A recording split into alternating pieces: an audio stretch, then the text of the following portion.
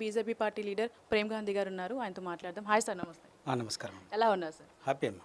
Sir, ఈరోజు మన రేవంత్ రెడ్డి గారు మాట్లాడుతూ కేసీఆర్ కేటీఆర్ని ఎప్పుడూ అరెస్ట్ చేయాలి ఫోన్ ట్యాపింగ్ విషయంలో కానీ ఇట్లా చాలా కేసెస్ వాళ్ళ మీద ఉన్నాయి, కానీ బీజేపీని హెల్ప్ చేస్తుంది అని అంటూ మన రేవంత్ రెడ్డి గారు మాట్లాడడం జరిగింది. మీరేం చెప్తారంటే నిజంగా బీజేపీ హెల్ప్ చేస్తుందా? లేదమ్మా, దాంట్లో ముమ్మాటికి వాళ్ళిద్దరే కుమ్మకయ్యారు.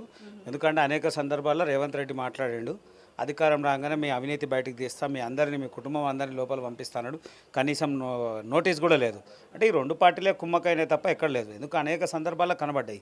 మాట్లాడిన మాటలకి ఆచరణకు వచ్చే వరకు కనబడతా ఉంది. ఒకరినొకరు వాళ్ళే కాపాడుకుంటున్నారు. రేవంత్ రెడ్డిని కేటీఆర్ కాపాడండి, కేటీఆర్ని రేవంత్ రెడ్డి కాపాడుకుంటాడు. దాంట్లో ఏమాత్రం సందేహం లేదు. ఎందుకంటే చాలా సందర్భాల్లో మనం చూసినాం, అన్ని టీవీ ఛానల్లో కూడా బ్రేకింగ్ వేసినాం. ఎక్కడ ఫామ్ హౌస్ కూలిపోతుంది, కేటీఆర్ ఖచ్చితంగా అరెస్ట్ అవుతాడు అనేది, కానీ ఎక్కడా కాలేదు. అంటే వీళ్ళిద్దరే ఈ రెండు పార్టీలు కూడా ఒకరినొకరిని కాపాడుకుంటున్నాయి, ప్రత్యక్షంగా పరోక్షంగా కాపాడుకుంటున్నారు తప్ప భారతీయ జనతా పార్టీకి ఏమాత్రం సంబంధం లేదు.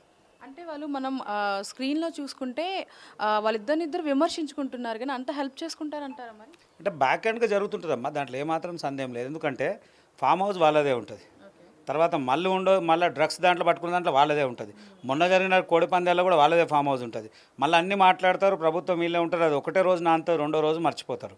అంటే ప్రభుత్వం సపోర్ట్ ఉందనే కదా మళ్ళీ ఇప్పటివరకు ఆయన అంటుండు కదా, ఇవాళనే అన్నాడు కదా, అనుకుంటే 10 నిమిషాలు అరెస్ట్ చేస్తాను, మరి చేయమనండి, చేస్తే సంతోషమే కదా. ఆయన చేస్తే ఈయనేమంటుండు, నువ్వు చెయ్యి, నేను పోయి ఆడ ట్రైనింగ్ తీసుకుంటా, జైల్లో ఉంటా, ప్రశాంతంగా ఉంటా, యోగా చేసుకుంటా, వచ్చి మళ్ళీ పాదయాత్ర చేస్తా అంటుండు. అంటే ఇద్దరిని ఒకరినొకరు కాపాడుకుంటున్నారు అంతే తప్ప ఏం లేదు.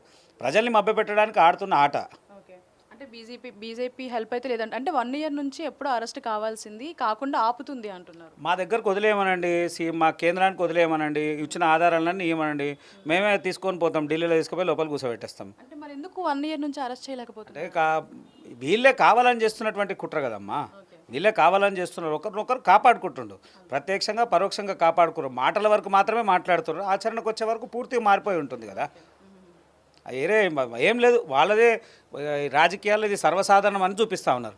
ఎందుకంటే ఆయనను చేసినాక ఇంకోటి ఒక ట్రెండ్ నడుస్తూ ఉంది కదా, జైలుకు పోయి వచ్చినామంటే ముఖ్యమంత్రి అవుతామని.